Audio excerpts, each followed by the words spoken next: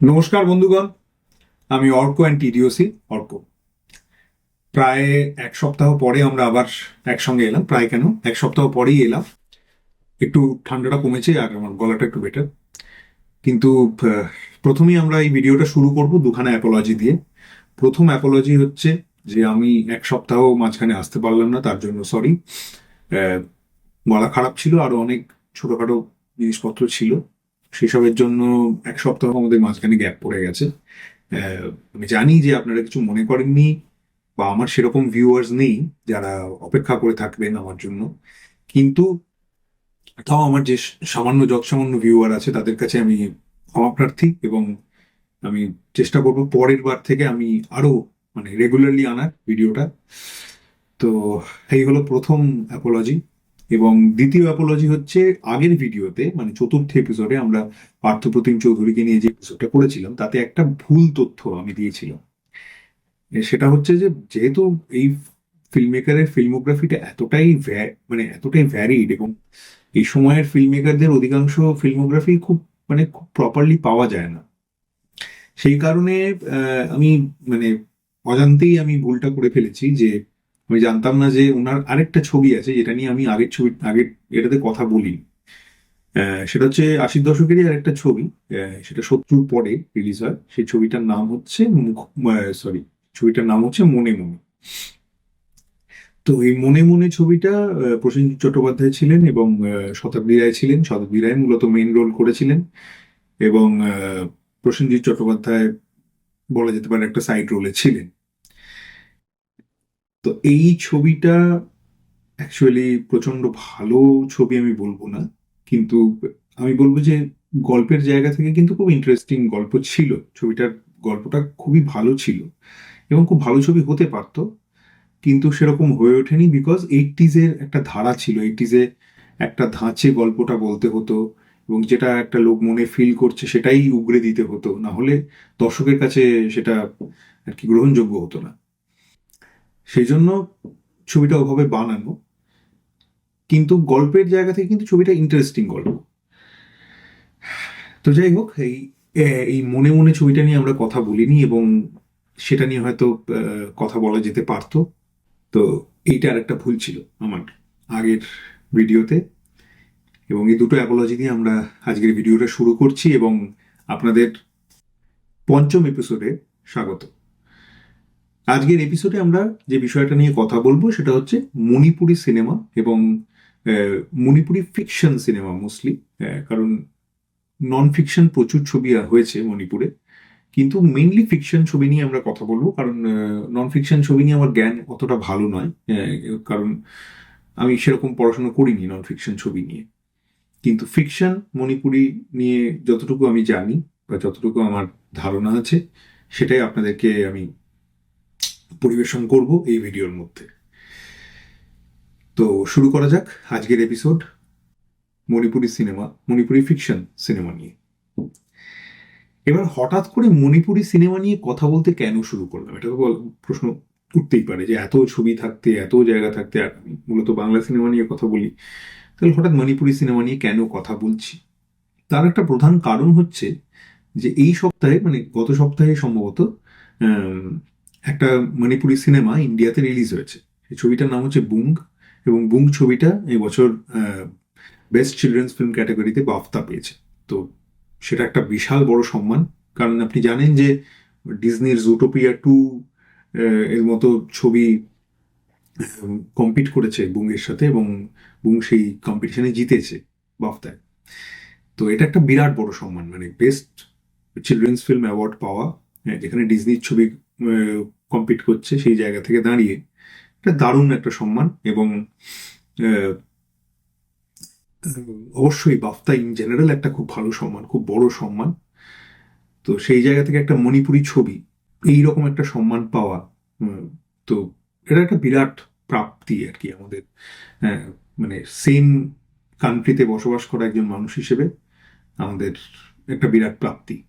Broom ছবিটা এই সপ্তাহে হলে রিলিজ করেছে। আমি জানি খুব বেশি বড় হিট ছবিটা হবে না, তাও আর কি মানুষকে একটু জানানোর জন্য, বোঝানোর জন্য যে যাতে তারা দেখতে যায় ছবিটা, সেটার জন্যই মণিপুরি সিনেমা নিয়ে আমাদের এই এপিসোড।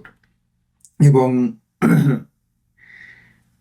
এটা বলা যেতে পারে যে এই যে অ্যাচিভমেন্টে এসে পৌঁছানো, এই অ্যাচিভমেন্টের রাস্তাটা কিন্তু খুব একটা স্মুথ বা সহজ রাস্তা ছিল না। যদি লক্ষ্মীপ্রিয়া দেবীর কথা যদি আমি বলি, যে বুঙ্গের যিনি পরিচালক, এই লক্ষ্মীপ্রিয়া দেবী কিন্তু আহ, হিন্দি সিনেমাতেই উনি কিন্তু মেনলি কাজ করতেন। এক্সেল এন্টারটেনমেন্টের সাথে উনি বহুদিন যুক্ত ছিলেন।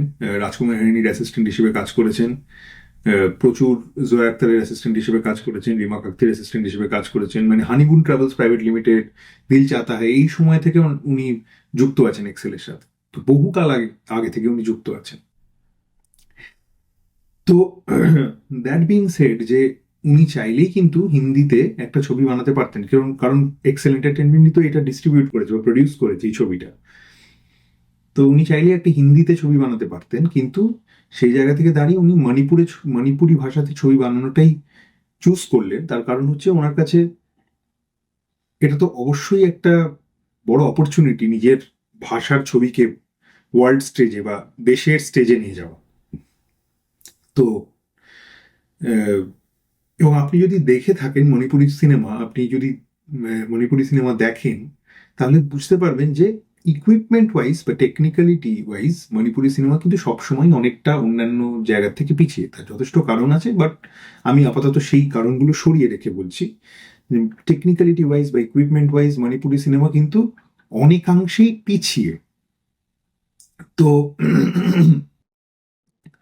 সেই জায়গা থেকে একটা এক্সেল এন্টারটেনমেন্টের ব্যাকিং পাওয়া, এবং সেই ব্যাকিং থেকে এরকম একটা ছবি তৈরি করতে পারা, যেটা টেকনিক্যালিও খুব ভাস্ট দেখতে লাগে, যেটা দেখতে খুব সুন্দর লাগে চোখেও। তো সেই রকম একটা এক্সপিরিয়েন্স মণিপুরি সিনেমার পক্ষে তৈরি করা খুব সহজ ছিল না, এবং সেই যাত্রাটাও খুব সহজ ছিল না। তো বুম ছবিটার ট্রেলার যদি আপনি দেখেন, দেখবেন যে একটা খুব খুব ইন্টারেস্টিং একটা জায়গা থেকে তৈরি বুম ছবিটা। এবং আমি খুব মুখিয়ে আছি ছবিটা দেখার জন্য, কারণ ছবিটা এখানে কোথাও রিলিজ হয়নি। তো এখানে দেখার সৌভাগ্য আমার হবে না। যদি ভবিষ্যতে রিলিজ হয় তাহলে দেখতে পারবো। আহ, কিন্তু আমি খুব ভালোভাবেই জানি যে এই সপ্তাহটাই is the only week for boom, বা নেক্সট সপ্তাহের খানিকটা। তার কারণ হচ্ছে যে পরের সপ্তাহের শেষে ধুরন্ধর 2 চলে আসছে হলে, এবং ওটার ক্রেজ কত কত পরিমাণে আছে আপনি জানেন, ওয়ার্ল্ড ওয়াইড ক্রেজ আছে ওটার, ওই ছবিটার। এবং উম, কারণে অকারণে এই ছবিটার ফিল্ম মেকিং নিয়ে একটা বিরাট মানে হ্যাজের পর হ্যাজ নামানো হচ্ছে সারা সোশ্যাল মিডিয়া জুড়ে। তো সেই জন্য ওই ছবিটার সামনে তো আর কোনো ছবি টিকতে পারবে বলে এখন মনে হয় না এই সময় দাঁড়িয়ে। কিন্তু যাই হোক, এই মাঝে এই একটা সপ্তাহ আছে, আপনারা চাইলে গিয়ে দেখে আসতে পারেন। ছবিটা হলে চলছে এবং খুব ইন্টারেস্টিং ছবি, যথেষ্ট অ্যাওয়ার্ড উইনিং ছবি। এবং মানে আমরা চাইলেই তো এরকম ছবি এরকম জায়গা থেকে আসে, মানে এরকম আমরা প্রায়ই তো দেখতে পাই না। তো আপনারা গিয়ে দেখে আসুন ছবিটা, যাদের যাদের এই সুযোগটা আছে দেখতে পারার, তাহলে তারা গিয়ে একটু দেখে আসুন ছবিটা। দ্যাট বিং সেড, আমরা চলে আসি একটু ইতিহাসে। যে মণিপুরি সিনেমার ইতিহাস, মানে কেন মণিপুরি সিনেমা এই জায়গাতে এসে পৌঁছতে পারলো না, তার কারণটা কি? তার কারণ হচ্ছে যে দেখুন, আপনি যদি ইতিহাসটা ঘাটেন, আপনি বুঝতে পারবেন যে মণিপুরের সঙ্গে ইন্ডিয়ার যে মানে একটা ওভারঅল ভারতবর্ষের একটা কোয়ালিশন চিরকালই রয়েছে। যেমন ধরুন, আপনি যদি মানে মোটামুটি 1946 সালে ফিরে যান, আপনি দেখতে পারবেন যে মানে মণিপুর কিন্তু বহুকাল একটা মানে একটা সি ক্যাটাগরির স্টেট হিসেবে ওটাকে সিগনিফাই করা হয়েছে। হুম। এবং 1971, না 1973 সালে সম্ভবত মণিপুর, আহ, না 1973 না 1971 সালে জানুয়ারি মাসে সম্ভবত মণিপুর একটা স্টেট হিসেবে আহ, মানে কোয়ালিফাই করছে, মানে স্টেট হিসেবে মণিপুরকে আখ্যা দেওয়া হচ্ছে। তার আগে কিন্তু মণিপুর একটা ইউনিয়ন টেরিটরি ছিল। তো এইটা একটা মানে বহুকাল মণিপুরের মানে, এবং মণিপুরের নিজস্ব ভেতরেও কিছু ইনসার্জেন্ট গ্রুপ তৈরি হচ্ছে সেই সময় দাঁড়িয়ে, প্রচুর সেপারেটিস্ট গ্রুপ তৈরি হচ্ছে। এরকম পলিটিক্যাল টার্মোইলে আপনি ভাবুন যে সিনেমা বানানোটাই তো একটা মানে বড় ব্যাপার, তাই না? তো আর বিশেষ করে ওই সময় সিনেমা বানানোটা আরো বড় ব্যাপার ছিল। এখনকার মতো তো অত ইজি নয় যে একটা ফোন নিলাম, বেরিয়ে পড়লাম, সিনেমা বানিয়ে ফেললাম, ওরম তো নয়। তো সেই জন্য সেই জায়গা থেকেও মণিপুর খুব ডিস্টার্বড একটা জায়গা ছিল।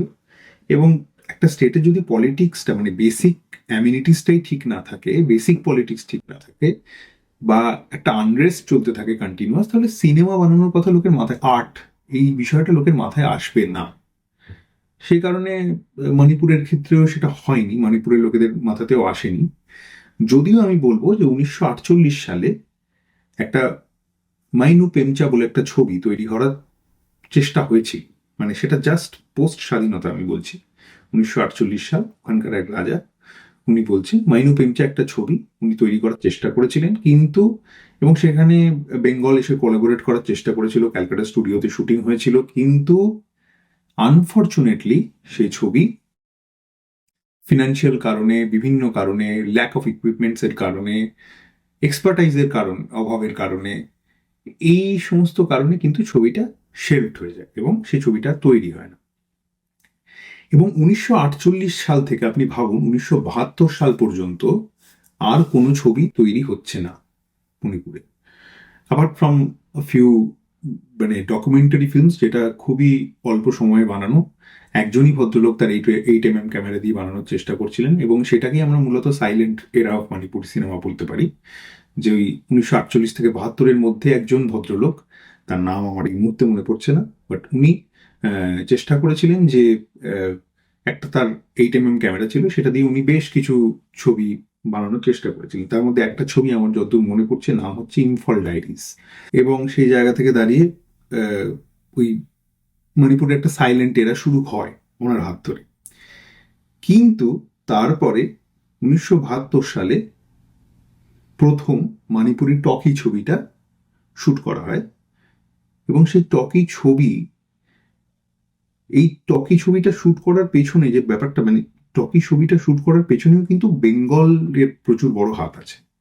কারণ বাংলা থেকে মোস্ট অফ দ্য টেকনিশিয়ান যায়, এবং ছবিটার মোস্ট অফ দ্য শুটিং মানে মণিপুর থেকে অ্যাক্টর নিয়ে এসে বাংলাতে করা হয়, মানে পশ্চিমবঙ্গের স্টুডিওতে করা হয়।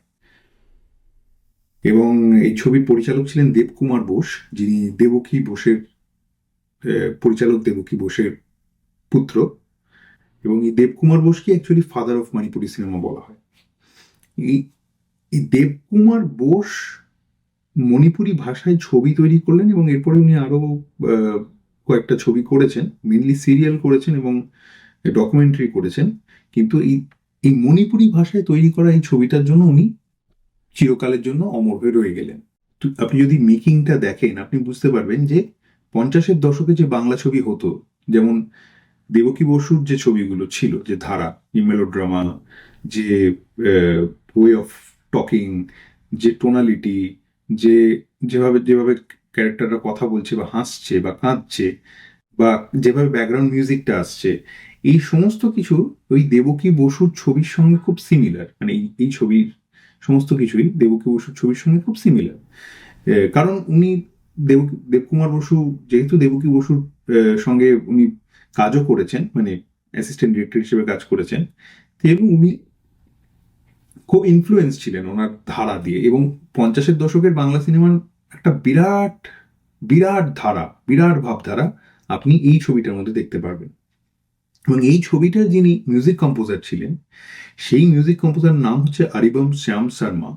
ইনি পরবর্তীকালে, আরিবম শ্যাম শর্মা, সরি, ইনি পরবর্তীকালে প্রচুর ছবি বানান, এবং তার ছবির ইনিশিয়াল কিছু ছবির মধ্যেও কিন্তু এই প্রভাবটা দেখতে পাওয়া যায়। এবং হিন্দি সিনেমার একটা বারবরন্ত তখন ঢুকে গেছে মণিপুরের মধ্যে, লোকে হিন্দি সিনেমা দেখছে। মণিপুরি সিনেমা দেখার যে চলটা সেটা তখন তৈরি হয়নি, লোক হিন্দি সিনেমা দেখছে, হিন্দি সিনেমা ঢুকে গেছে। তো সেই জায়গা থেকে একটা হিন্দি সিনেমার সেন্সিবিলিটি, একটু পুরোনো বাংলা সিনেমার সেন্সিবিলিটি, সেইগুলোকে মিক্স করেই মাতঙ্গি মণিপুর তৈরি করা। গান আছে, বেশ কিছু মেলোড্রামাটিক মোমেন্টস আছে।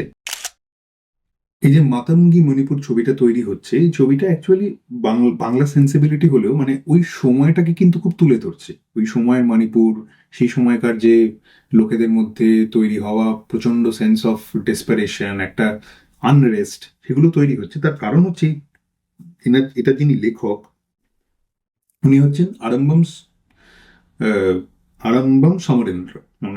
ওনার নাম আরম্বম সমরেন্দ্র। এবং উনি যে কাজটা করছেন সেটা হচ্ছে উনি কিন্তু পরবর্তীকালে উম, মানে উনি একজন বামপন্থী অ্যাক্টিভিস্ট ছিলেন এবং তার সাথে একজন প্লে রাইটও ছিলেন। এবং একটা সেপারেটিস্ট গ্রুপ যেটাকে বলা হয়, যেটা গোটা ভারতবর্ষের সঙ্গে একটা সংঘর্ষ হচ্ছে, সেরকম একটা সেপারেটিস্ট গ্রুপের সঙ্গে উনি যুক্ত ছিলেন। উনি চেয়ারম্যানও ছিলেন সেই গ্রুপের। এবং সেই গ্রুপটা উনি তৈরি করছেন এবং পরের পর উনি প্লে লিখছেন, যেটা সেই সময়কার মণিপুরের কন্ডিশনটাকে, সেই আনরেস্টটাকে সিগনিফাই করছে আর কি, কেন লোকে এত রেগে আছে। এবং গোটা ভারতবর্ষের সঙ্গে যে একটা সেন্স অফ একটা সেন্স অফ ডিট্যাচমেন্ট তৈরি হয়েছে, সেটা কেন, কিভাবে হচ্ছে। একটা কন্টিনিউয়াস পলিটিক্স, যেটা ইন্টারনাল পলিটিক্স চলছে, যেটা মানুষের মধ্যে চলছে, মানুষের ভেতরে চলছে, এবং বাইরের পলিটিক্স যেটা চলছে, সেইটাকে সিগনিফাই করা হচ্ছে এই ছবিটার মধ্যে দিয়ে। এবং ছবিটা রিলিজও করে এবং ন্যাশনাল অ্যাওয়ার্ডও পায় এই ছবিটা।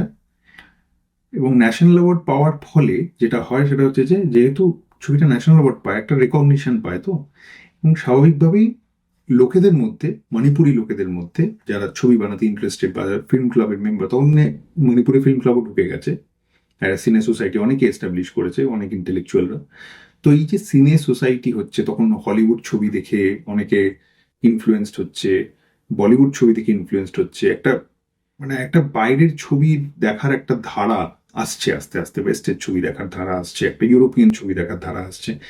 তো তখন যেটা হচ্ছে, ওরাও মনে করছে, যারা ইন্টেলেকচুয়াল, যারা ফিল্ম মেকার, তারাও মনে করছে যে না, যদি আমরা চাই, we can try and make good cinema in Manipur. We can try and make cinema in Manipur. Good cinema, bad সিনেমার থেকেও বড় কথা, we can try and make films in Manipur, depending on what ever the, আশপাশের আমাদের লায়াবিলিটি আছে, আমাদের যা accessibility আছে, সেইগুলো দিয়েই আমরা তৈরি করবো এবং আমরা তৈরি করতে পারবো। তো এইটা একটা খুব বড় একটা ব্যাপার হলো, এই সময় দাঁড়িয়ে মণিপুরি সিনেমায় একটা বড় চেঞ্জ দেখা দিল। তো এইটা হচ্ছে 1972 সালের কথা আমরা বলছি। 1972 সালে মাতাঙ্গি মণিপুর তৈরি হচ্ছে এবং লোকের মধ্যে একটা সেন্স অফ ভরসা আসছে যে না, আমরা চাইলে বানাতে পারি। তো এরপর যদি আপনারা দেখেন, দেখবেন যে অনেক ভালো মন্দ মিশিয়ে অজস্র ছবি তৈরি হচ্ছে মণিপুরে। যেমন 1973 সালে একটা ছবি তৈরি হচ্ছে, সেই ছবিটার নাম হচ্ছে ব্রজেন্দ্রাগি লুহংবা। ছবিটির পরিচালকের নাম হচ্ছেন এস এন চাঁদ। তো উনি হচ্ছেন প্রথম মণিপুরি ফিল্ম মেকার যিনি একটি মণিপুরি ছবি বানান। কারণ তার আগে একটা মণিপুরি ছবি তৈরি হলো, মাতাঙ্গি মণিপুর, সেটার অধিকাংশ লোকজন অ্যাসোসিয়েটেড সবাই আহ, মানে মণিপুরি হলেও, মিউজিক কম্পোজার মণিপুরি, অ্যাক্টররা মণিপুরি, আহ, লেখক মণিপুরি, কিন্তু স্টিল যে পরিচালক বা যে যেখান থেকে প্রযোজনার অধিকাংশ জিনিসপত্র বা ইকুইপমেন্ট আসছে, সেগুলো সবই কিন্তু বাংলা থেকে আসছে, বাঙালি। তো সেই জন্য মণিপুরি যে মেজরিটি জায়গা কিন্তু মণিপুরের নয়, শুটিংটাও পুরো কলকাতায় হয়েছে, টালিগঞ্জে। তো সেই জন্য মূল জিনিসটা যেহেতু মণিপুরে হয়নি, তো প্রথম মণিপুরি ছবি by a Manipuri film maker হচ্ছে কিন্তু এই ছবিটা।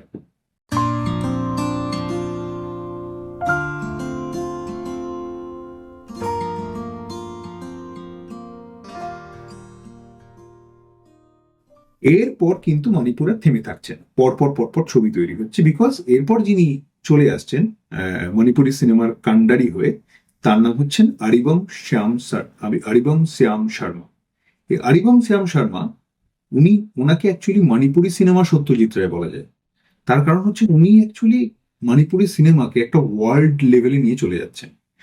আপনি যদি দেখেন, 1955 সালে সত্যজিৎ রায় পথের পাঁচালী তৈরি করছেন এবং বাংলা সিনেমাকে একটা ওয়ার্ল্ড লেভেলে নিয়ে যাচ্ছেন, যেটা এবার বাংলা সিনেমার আগে ইন্ডিয়ান সিনেমা ওই ওয়ার্ল্ড লেভেলে পেনিট্রেট করতে পেরেছে। বিমল রায় করেছেন খানিকটা, দেবকী বসুও করেছেন, কিন্তু সত্যজিৎ রায় যেটা করছেন, একটা ম্যাসিভ স্কেলে উনি জিনিসটাকে করে দিচ্ছেন ভারতীয় চলচ্চিত্রকে। মণিপুরি সিনেমাকে ম্যাসিভ স্কেলে ওয়ার্ল্ডে পেনিট্রেট করতে হেল্প করছেন কিন্তু এই ভদ্রলোক আরিবম শ্যাম শর্মা। অত্যন্ত গুণী এবং অত্যন্ত ট্যালেন্টেড একজন পরিচালক। এনার যদি প্রথম দিকের ছবিগুলো দেখেন আপনি বুঝতে পারবেন যে সত্যজিৎ রায়ের একটা ছাপ রয়েছে, পুরোনো বাংলা সিনেমার একটা ছাপ রয়েছে, এবং তার পাশাপাশি কিন্তু সত্যজিৎ রায়ের ছাপ রয়েছে। এনার একটা ছবি আছে ইমাগি নিংথেন বলে। সব ছবি আমি এনার দেখিনি, যে ছবিগুলো দেখেছি সেই ছবিগুলো নিয়েই আমি পার্টে পার্টে কথা বলবো। যেমন এই ছবিটা ইমাগি নিংথেন, এই ছবিটার মধ্যে একটা পথের পাঁচালীর প্রত্যন্ত ছাপ রয়েছে। হ্যাঁ, যদিও ছবিটা অনেক পরের ছবি, কিন্তু ছবিটার যে গল্প বলা বা ছবিটার যে বাচ্চাটাকে যেভাবে প্রেজেন্ট করছে, সেই সব কিছুর মধ্যে যে ক্লোজ আপ গুলো রয়েছে ছবিটার মধ্যে, এবং যে সাইলেন্স গুলো রয়েছে ছবিটার মধ্যে, এই সবকিছুর মধ্যে একটা পথের পাঁচালীর ছাপ রয়েছে। সত্যজিৎ রায়ের সিনেমার একটা বিরাট ছাপ রয়েছে। সেটা কিন্তু তার আগের ছবিগুলোর মধ্যে নেই। তার আগের ছবিগুলো কিন্তু খুবই 50-এর দশকে বা 60-এর দশকে যে বাংলা ছবি তৈরি হতো, সেই বাংলা ছবির মেকিং ঘেঁষা, মানে মেকিংটা খুব সাধারণ, গল্পটা খুব ইন্টারেস্টিং, এটা হতো তার আগের ছবি। কিন্তু ইমাগিনিং থেমে উনি মেকিং এ প্রচন্ড ভাবে কনসেন্ট্রেট করছেন, এবং দুর্দান্ত একটা কিছু ফ্রেমস আছে ছবিটার মধ্যে। আপনারা যদি দেখেন আপনার মনে হবে যে আপনি পথের পাঁচালীর কোনো ফ্রেম দেখছেন মনে হয়। ছেলেটার এক্সপ্রেশন সমস্ত কিছু, একটা মেয়ে আসছে পেছন থেকে, তো ওই যে ব্যাপারটা ওটার মধ্যে কিন্তু একটা খুব পথের পাঁচালী ধাঁচ আছে। কিন্তু খুব ইন্টারেস্টিং ছবি, আপনারা যদি দেখতে চান ইমাগি নিংথেন দেখতে পারেন। তারপরে ঈশানু বলে একটা ছবি আসছে। ঈশানু ছবিটা অ্যাকচুয়ালি প্রচন্ড সমাদৃত হচ্ছে ওয়ার্ল্ড ওয়াইড। মানে আপনি বলতে পারেন যে ছবিটা, যে মণিপুরি ছবিটা অ্যাকচুয়ালি ইন্ডিয়াকে ওয়ার্ল্ড বেল্টে রেকগনাইজ করিয়ে দিল, সেটা হচ্ছে কানজে এই ছবিটা গেল, আনসার্টেন রিগার্ডে ছবিটাকে দেখানো হলো, এবং প্রথম মণিপুরি ছবি যেটা, এবং আমার আমার মনে হয় একমাত্র মণিপুরি ছবি যেটা কানজে আনসার্টেন রিগার্ডে দেখানো হয়েছে। এবং আবার রেট্রোস্পেক্টিভ হলো এই বছর, গত বছর সম্ভবত। এবং ঈশানু ছবিটা তৈরি হচ্ছে 1990 সালে। 1990 সালে যখন ঈশানু তৈরি হচ্ছে, তখন পরিষ্কার একটা মণিপুরি সিনেমার গ্রোথ বোঝা যাচ্ছে। এবং আপনি যদি দেখেন যে মণিপুরি সিনেমার একটা, এই আমি যেটা আগেও বললাম, যে একটা টেকনিক্যাল প্রফিসিয়েন্সির একটা অভাব কিন্তু চিরকাল রয়েছে। Most of the Manipuri films they lack technical, মানে ওই যে একটা দারুণ গ্র্যান্ডার, একটা দারুণ সিনেম্যাটিক এফেক্ট, সেটা কিন্তু আপনি মণিপুরি সিনেমা থেকে পাবেন। ঈশানু ঈশানু কিন্তু তৎসত্ত্বেও একটা সিনেম্যাটিক এফেক্ট আপনাকে দিতে পারে। যেভাবে লাইটিং হচ্ছে ছবিটার মধ্যে, যেভাবে ক্যারেক্টাররা নিজেদের মধ্যে ইন্টারাক্ট করছে, ওই যে বিষয়গুলো আছে। একটা সিন আছে, জাস্ট একটা ফুলের দিকে তাকিয়ে বলছে এই ফুলটা আমার সাথে কথা বলছে। তো এই একটা ডিপ ফিলোসফিক্যাল লেভেলে চলে যাচ্ছে ছবিটা। মাঝে মাঝে মাঝে মাঝে প্রচন্ড পলিটিক্যাল হয়ে যাচ্ছে। সেটা কিন্তু খুব খুব খুব ইন্টারেস্টিং। এবং ঈশানু ছবিটাও খুব মানে ভালো ছবি। আপনারা এখন বোধহয় কোথাও অ্যাভেলেবল নেই, বাট অবশ্যই দেখুন যদি কোথাও সুযোগ হয় তো। তো এইভাবেই আরিম্বম শ্যাম শর্মা কিন্তু পরপর একটার পর একটা ছবি বানিয়ে যাচ্ছেন। এরপর উনি বানাচ্ছেন সানাবি বানাচ্ছেন। সানাবি ছবিটাও খুব ভালো ছবি। মানে ঈশানু লেভেলের বা ইমাগি নিংথেন লেভেলের পছন্দের ছবি আমার নয়, বাট সানাবি ছবিটাও ভালো ছবি, ইন্টারেস্টিং ছবি। লেপাকলি বলে একটা ছবি বানাচ্ছেন, ওটা মূলত উনি দূরদর্শনের জন্যই বানিয়েছিলেন, কিন্তু সেই ছবিটাও বানানো হচ্ছে। এবং আপনি যদি দেখেন এই ছবিগুলো আপনি বুঝতে পারবেন যে সিনেম্যাটিক কোয়ালিটি ওয়াইজ কিন্তু ছবিগুলো খুব উচ্চমানের নয়, কিন্তু গল্পগুলো খুব ইন্টারেস্টিং, বা যেভাবে এক্সপেরিমেন্ট করা হচ্ছে এই লো কোয়ালিটির ক্যামেরা দিয়ে, সেটা খুব ইন্টারেস্টিং। মানে একটা ইন্ডি ফিল আছে ছবিগুলোর মধ্যে, কিন্তু একটা অনেস্টি আছে, একটা গল্প বলার ইচ্ছে আছে, সেই ব্যাপারটা কিন্তু রয়েছে এই ছবিগুলোর মধ্যে। যে কারণে মণিপুরি সিনেমার মধ্যে আমি মণিপুরি সিনেমার সাথে ইরানিয়ান সিনেমার খুব মিল পাই। ইরানিয়ান সিনেমাও যেমন খুব শর্ট স্কেলে, ছোট্ট জায়গার মধ্যে অনেকটা কিছু বলে দিতে চায়, অনেক কিছু বলতে পারে, মণিপুরি সিনেমাও পারে।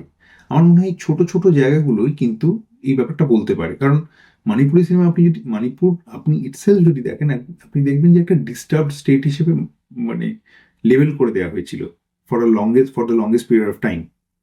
মণিপুরকে কিন্তু একটা ডিস্টার্বড স্টেট, মানে ডিস্টার্বড এরিয়া হিসেবে লেবেল করে দেওয়া হয়েছিল ভারতবর্ষে, বিকজ এত রকমের সেপারেটিস্ট গ্রুপ তৈরি হয়েছিল, এত রকমের সেপারেটিস্ট লোকজন এসে মণিপুরে মানে মণিপুরকে একটা সেপারেট স্টেট হিসেবে, একটা সেপারেট জায়গা হিসেবে এস্টাবলিশ করতে চাইছিল, একটা ইন্ডিপেন্ডেন্ট জায়গা হিসেবে এস্টাবলিশ করতে চেয়েছিল। সেই জায়গা থেকে দাঁড়িয়ে একটা ডিস্টার্বড এরিয়াতে এরকম ছবি তৈরি করা চারটিখানি কথা না। তো সেইটা হরিবংশ শ্যাম শর্মা উনি নিজের বেস্টটা দিয়ে তৈরি করেছেন এই সময় দাঁড়িয়ে, এবং গোটা ভারতবর্ষের থেকে আলাদা থেকেও এইভাবে এই ছবি তৈরি করা, এবং কোনো রকম তো সাপোর্ট অ্যাজ সাচ কোনো শূন্য সরকারই করেন মণিপুরকে ফিনান্সিয়ালি, সিনেমা বানানোর জন্য তো দূরের কথা, কোনো রকম সাপোর্ট করেনি। বিকজ যখন ডিস্টার্বড এরিয়া হিসেবে লেবেল করে দেওয়া হচ্ছে, 1980 সালে সম্ভবত ওটাকে ডিস্টার্বড এরিয়া হিসেবে লেবেল করে দেওয়া হয়, এবং তারপর থেকে আর কোনো রকম আর্থিক সাহায্য কোনো রকম ভাবেই কিন্তু পাচ্ছে না ফ্রম দ্য সেন্টার। এবং একটা প্রচন্ড আর্মির কন্ট্রোলের আন্ডারে স্বাধীন রয়েছে মণিপুর। সেই জায়গা থেকে দাঁড়িয়ে একটা ছবি তৈরি করা তো এমনি খুব টাফ, কিন্তু ছবিটা তৈরি হচ্ছে, এবং ছবিগুলো তৈরি হচ্ছে একটার পর একটা। হরিবংশ শ্যাম শর্মার হাত ধরে বলুন বা মাইবম সিং এর হাত ধরে বলুন, এনাদের সবার হাতেই কিন্তু প্রচন্ড ভালো ভালো ছবি তৈরি হচ্ছে। এবং সেই ছবি কিন্তু শুধুমাত্র মণিপুরে নয়, ইন্ডিয়াতে নয়, একটা ওয়ার্ল্ড ওয়াইড রেকগনিশন পাচ্ছে, বিভিন্ন ইন্টারন্যাশনাল ফিল্ম ফেস্টিভ্যালে যাচ্ছে, বিভিন্ন ইন্টারন্যাশনাল ফিল্ম ফেস্টিভ্যালে প্রাইজ নিয়ে আসছে, এবং নিজের একটা স্বাক্ষর তৈরি করতে পারছে মণিপুরি সিনেমা। তারপরে পারি বলে একটা ছবি তৈরি হচ্ছে, সেই পারি ছবিটাই অ্যাকচুয়ালি প্রথম মণিপুরি চিলড্রেন্স ফিল্ম বলা যেতে পারে, যেখানে নাচের একটা খুব গুরুত্বপূর্ণ ভূমিকা ছিল, সেটাও হরিবংশ শ্যাম শর্মার ডিরেকশন। তো এই সময় কিন্তু পরপর পরপর পরপর ভালো ছবি মণিপুরে তৈরি হয়ে হয়ে যাচ্ছে, এবং তারপরে এত বছর এত রাস্তা পেরিয়ে অবশেষে আমরা বুম দেখতে পাচ্ছি, এবং বুম ছবিটা বাফতাতে এভাবে সমাদৃত হচ্ছে। সেটা একটা বিরাট বিরাট বিরাট পাওয়া। এই যে স্টেটটার মধ্যে দিয়ে মণিপুর গেছে, একটা ভারতবর্ষের পার্ট হয়েও সে যেন কোথাও গিয়ে ভারতবর্ষের পার্ট নয়। তার কারণ তাদেরকে দেখতে ওরকম নয়, মানে মানে সো কল্ড নর্থ ইন্ডিয়ানদের যেরকম দেখতে হয় তাদের মতো দেখতে নয়, এবং সেই জায়গা থেকে তাদেরকে একটা, মানে from a racial point of view একটা অদ্ভুতভাবে তাদেরকে সরিয়ে রাখা হলো গোটা ভারতবর্ষের, মানে কেন্দ্রবিন্দু থেকে থ্রু আউট। এবং সেই জায়গা থেকে এত কষ্ট করে তারা এত বছর ধরে ছবি বানিয়ে বানিয়ে অবশেষে ইট গোজ টু বাফতা। এবং এই যে রাস্তাটা, এটা তো আর একটা ছবি দিয়ে হয়নি, অজস্র ছবি আছে, এবং সেই জায়গা থেকে আমি 6টা ছবি আপনাদের সাজেস্ট করব। এবং প্রথম ছবি, যে ছবিটার আমি কথা আগেও বললাম, সেই ছবিটার নাম হচ্ছে ইমাগি নিংথা। এই ছবিটা অবশ্যই দেখুন, এবং ছবিটা মধ্যে আপনি সত্যজিৎ রায়কে খুঁজে পাবেন, এই ছবিটার মধ্যে আপনি ঋত্বিক কুমার ঘটককে খুঁজে পাবেন, এই ছবিটার মধ্যে আপনি হরিবংশ শ্যাম শর্মার ইনিশিয়াল ফিল্মোগ্রাফি স্টাইলটাকে খুঁজে পাবেন। এবং ইমাগি নিংথেম একটা প্রচন্ড ইন্টারেস্টিং ছবি, একটা বাচ্চাকে নিয়ে এবং তার টিচারকে নিয়ে, এবং তাদের মধ্যে একটা গড়ে ওঠা সম্পর্ক নিয়ে। ভীষণ ভীষণ ভীষণ ভালো ছবি, আপনারা অবশ্যই দেখুন ইমাগি নিংথেম। এরপর যে ছবিটা সাজেস্ট করবো সেই ছবিটার নাম হচ্ছে সানা কেইথেল। এই ছবিটার পরিচালক M.A. সিং। ইনি কিন্তু অত্যন্ত ভালো একজন পরিচালক, ইনাকেও মানে সেইভাবে আমরা তাকে নিয়ে আলোচনা করি না। এটা কিন্তু বলা যেতে পারে অ্যাকচুয়ালি মণিপুরি সিনেমার 400 ব্লুজ। দুর্দান্ত ছবি, এবং শুধু মানে মণিপুরি সিনেমার 400 ব্লুজ বলার কারণ হচ্ছে যে 400 ব্লুজে আপনি যেমন যেমন দেখেন যে ফ্রান্সটা উঠে আসছে ক্যারেক্টারের মধ্যে দিয়ে বা তার জার্নির মধ্যে দিয়ে, এখানেও তেমন এই মুভি বলে যে ক্যারেক্টারটা আছে, যে বাচ্চাটা আছে, তার জার্নির মধ্যে দিয়ে পুরো মণিপুরের পলিটিক্যাল আনরেস্টটা উঠে আসছে, বা মণিপুরটা উঠে আসছে। সেমি ট্র্যাজিক সেমি হ্যাপি জোনে গিয়ে ছবিটা শেষ হচ্ছে। ছেলেটা ছুটে ছুটে যাচ্ছে এবং ওই ইয়েটার মধ্যে ট্র্যাপড হয়ে যাচ্ছে একটা ঘরের মধ্যে, অ্যামংস্ট সাম গুনস, যখন স্ট্র্যাপড হচ্ছে, সেই জায়গাটা এত সুন্দরভাবে শ্যুট করা, এবং ওই কোয়ালিটির ক্যামেরা নিয়ে ওইভাবে ওই সময় দাঁড়িয়ে কিভাবে ছবিটা এইভাবে শ্যুট করা হচ্ছে, সেটা ভাবলেও আমার কিরকম গায়ে কাঁটা দিচ্ছে। তো ভীষণ ভালো ছবি, আপনারা অবশ্যই দেখুন সানা কেইথেল এই ছবিটাও। এরপর যে ছবিটার কথা আমি বলবো সেই ছবিটা হচ্ছে একটা ইংলিশ এবং মেইতেই দুই দুই ভাষাতেই তৈরি হওয়া ছবি। সেই ছবিটার নাম হচ্ছে fried fish, chicken soup and a premiere show. দারুণ ছবি। যদিও ছবিটা আহ, আপনি এই মুহূর্তে কোথাও পাবেন বলে মনে হয় না, বাট যদি কখনো সুযোগ হয় ছবিটা অবশ্যই দেখুন। এবং ছবিটা এই যে আমি বললাম যে টেকনিক্যাল সাপোর্ট যদি চলে আসে একটা মণিপুরি ল্যান্ডস্কেপের মধ্যে, তখন ছবিটা কিভাবে ফাস্ট হয়ে যেতে পারে, তখন সেই ল্যান্ডস্কেপটা কিভাবে আপনি মানে কিভাবে ফুটে উঠতে পারে, এবং ক্যারেক্টারগুলো যখন নিজেদের মধ্যে কথা বলছে তাদের অভিনয় অসাধারণ ছবি। অবশ্যই দেখুন। এবং সেই সময়কার আনরেস্টটা ফুটে উঠছে, বেরিয়ে আসছে। ইন্দো বার্মা একটা আনরেস্ট দেখাচ্ছে, একটা যুদ্ধর পরিস্থিতি দেখাচ্ছে। ভীষণ ভীষণ ইন্টারেস্টিং ছবি। এবং এই অ্যাকচুয়ালি ব্যাপারটা কি বলুন তো, আমরা এতটা নর্থ ইন্ডিয়া ওরিয়েন্টেড হয়ে গেছি বা সাউথ ইন্ডিয়া ওরিয়েন্টেড হয়ে গেছি না, আমরা এই দিকের আনরেস্ট গুলো বা এই দিকের মানুষের মনস্তত্ত্বগুলো বুঝতেই পারি না, জানতেই পারি না। এই ছবিগুলো দেখলে অ্যাকচুয়ালি আপনি জানতে পারবেন exact political situation, exact unrest কি, এক্স্যাক্ট ওদের এথনিসিটি কি, এক্স্যাক্ট ওরা কিভাবে বাস করে, বা তাদের ওয়ে অফ লাইফটা কিরকম, তারা কিভাবে কি বিশ্বাস করে, তাদের কি কি জিনিসপত্র তারা পছন্দ করে, কি কি অপছন্দ করে, তাদের রেগুলার লাইফস্টাইলের মধ্যে কি কি রয়েছে, এগুলো কিন্তু ফুটে উঠবে। যদিও সেইটা কতটা সিমিলার আমাদের সঙ্গে এবং কতটা ডিফারেন্ট আমাদের সঙ্গে, সেইটা আহ, আপনি মিলিয়ে দেখতে পারবেন এই ছবিগুলোর মধ্যে দিয়ে। তো আমি মনে করি যে এই ছবিটাও খুব খুব ইন্টারেস্টিং ছবি, এবং অনেক ছবিগুলোর মতো এই ছবিটাও দেখা উচিত। বাকি যে ছবিগুলো বললাম সেই ছবিগুলোর মতো এই ছবিটাও দেখা উচিত। Fried fish, chicken soup and premiere show, অবশ্যই দেখুন। এরপর যে ছবিটা নিয়ে আমি কথা বলবো সেই ছবিটার নাম হচ্ছে আপাই বা লেইচেল। এই ছবিটা অ্যাকচুয়ালি মণিপুরের ট্রান্সজেন্ডার মানুষদের কন্ডিশন নিয়ে কথা বলে, এবং তারা কিভাবে ডিল করছে সোসাইটির সাথে, সমাজের সাথে, তাদের স্টান্সটা কি, তাদের স্ট্যান্ডটা কি, তাদের কি আদৌ কোনো গ্রোথ হয়েছে, তাদের কিভাবে হচ্ছে, তারা যদি প্রেমে পড়ে তারা কিভাবে রিয়াক্ট করে। এই ছবিটা এই সমস্ত নিয়ে কথা বলে। এবং প্যারালালি আমি এই ছবিটাও সাজেস্ট করবো আপনাদের, সেই ছবিটার নাম হচ্ছে ওয়াননেস। এটাও একটা সেম সেক্স রিলেশনশিপ নিয়ে তৈরি হওয়া ছবি। আহ, যদিও এই ছবিটার মধ্যে আমি প্রচুর অনেক অন্যান্য সেম সেক্স রিলেশনশিপ বাইরে তৈরি হওয়া ছবি প্রচুর সিমিলারিটিস পাই, যদিও রূপগুলো তো মোটামুটি সেমই হবে, বাট স্টিল মানে একটা অত্যন্ত পার্সোনাল জায়গা থেকে তৈরি হওয়া ছবি। এবং আমি অবশ্যই আপনাদের এই ছবিটাও দেখতে বলবো, আহ, যদি কোথাও অ্যাভেলেবেল হয় অবশ্যই দেখুন। এরপরে যে ছবিটা নিয়ে কথা বলবো আমরা, সেই ছবিটার নাম হচ্ছে ছাপু। এই ছবিটা একটা অত্যন্ত ভালো হরর ফিল্ম। অ্যাকচুয়ালি মানে আমি বলবো যে হরর যে জনরাটা, এটা অ্যাকচুয়ালি কিন্তু আমরা যেভাবে ভাবি বা দেখি বা জানি বা বুঝি, এর থেকে অনেক ভালো নর্থ ইস্ট বোঝে। একটা অরুণাচল প্রদেশের ছবিও আছে, সেই ছবিটার নাম আমার এই মুহূর্তে মনে পড়ছে না, যখন কখনো কথা বলবো তখন বলতে পারবো। আহ, না, আমার এই মুহূর্তে নামটা মনে পড়ছে না। না, কিন্তু না, মনে পড়েছে, in the land of poison women সম্ভবত ছবিটার নাম, অরুণাচল প্রদেশের ছবি। আহ, সেই ছবিটা যদি আপনারা চান দেখতে পারেন। এবং এই ছবিটাও ছাপু, এই ছবিটাও প্রচন্ড ভালো একটা হরর ছবি, সুপার ন্যাচারাল থ্রিলার বলতে পারেন। এবং ব্ল্যাক ম্যাজিক আসছে এর মধ্যে, এবং কিভাবে মণিপুরি সোসাইটিটা এই ব্ল্যাক ম্যাজিকের মধ্যে ইনভলভ, কিভাবে সমাজটা ইনভলভ হয়ে গেছে। এবং কিছু কিছু দৃশ্য আছে লিটারেলি আপনার গায়ে কাঁটা দেবে। একটা দৃশ্য আছে, মেয়েটার হাত ফাত বেঁধে রেখে দিয়েছে, শুয়ে রেখে দিয়েছে ওই পুতুলটার মধ্যে। ইটস আ ডেঞ্জারাস ফিল্ম, এবং সত্যি সত্যি গায়ে কাঁটা দেওয়ার মতো ছবি। অবশ্যই দেখুন ছাপু। It's a supernatural thriller ছবি, বা আপনারা হরর থ্রিলারও বলতে পারেন।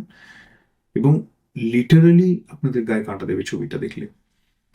সম্ভবত ছবিটি ডিরেক্টরের নাম সত্যজিৎ বিকে। দুর্দান্ত ছবি ছাপু, আপনারা অবশ্যই দেখুন। আহ, এটা সম্ভবত এই মুহূর্তে কোথাও অ্যাভেলেবেল নেই, but you know where to find it. আমরা মোটামুটি মণিপুরি সিনেমা এবং মণিপুরি ইতিহাস চেষ্টা করলাম, যতটা জানি ততটা কভার করার, যতটা পারলাম ততটা কভার করলাম, এবং আপনাদের সাথে শেয়ার করে নিলাম, যাতে আপনারা বুমটা দেখতে যেতে পারেন এই উইকে। ধুরন্ধর 2 চলে আসার আগেই বুমটা দেখে ফেলুন। না হলে আর ছবিটি আপনারা হলে দেখতে পারবেন না, কবে আসবে কোনো ঠিক নেই। ওটিটিতে আদৌ আসবে কিনা এখন কোনো সিওরিটি তো নেই, তবে আশা আশা করি, যেহেতু এক্সেল এন্টারটেনমেন্ট ডিস্ট্রিবিউট করছে, আশা করি চলে আসবে তাড়াতাড়ি। কিন্তু যাই হোক, হলে দেখুন এই ছবিটি, আহ, এবং জানান কেমন লাগলো। এই হলো আমাদের আজকের এপিসোড। আজকের পর্বে আমরা মণিপুরি সিনেমার ইতিহাস একটু ঘেঁটে ফেললাম, আহ, একটুখানি মণিপুরি সিনেমা ঘেঁটে ফেললাম, একটুখানি আরিবম শ্যাম শর্মা ঘেঁটে ফেললাম, আহ, একটুখানি এম.এ. সিং ঘেঁটে ফেললাম, একটুখানি মণিপুরি লোকাল পলিটিক্যাল হিস্ট্রি ঘেঁটে ফেললাম, এবং দেবকী কুমার বসুর সাথে মণিপুরি সিনেমার একটা অদ্ভুত সম্পর্ক, বাংলা সিনেমার সাথে মণিপুরি সিনেমার যে একটা যোগ সাজস, সেটাও আমরা করে ফেললাম। তো এই জায়গা থেকে দাঁড়িয়ে আপনারা মণিপুরি সিনেমা এবং অন্যান্য নর্থ ইস্টার্ন সিনেমা আরো দেখুন। আমরা আমরা আরো এরকম নর্থ ইস্টার্ন সিনেমা নিয়ে আলোচনায় আসবো, ফিরবো। চেষ্টা করবো আরো ভালো করে করার, আরো বড় করে আলোচনা করার। এবং যে যে জিনিসগুলো বাদ চলে গেল এই এপিসোডে, আমরা পরের পর্বে বা অন্য কোনো পর্বে আমরা আবার এই মণিপুরি সিনেমা নিয়ে আলোচনা করব। ততদিন আমার সঙ্গে থাকুন, এবং এই ভিডিওটা যদি আপনাদের ভালো লাগে তাহলে চেনা জানা মানুষদের মধ্যে ছড়িয়ে দিন, এবং এই ভিডিওর নিচে একটা বুড়ো আঙুল আছে, সেই বুড়ো আঙুলে নিজের বুড়ো আঙুলটা ঠেকিয়ে দিন। নমস্কার।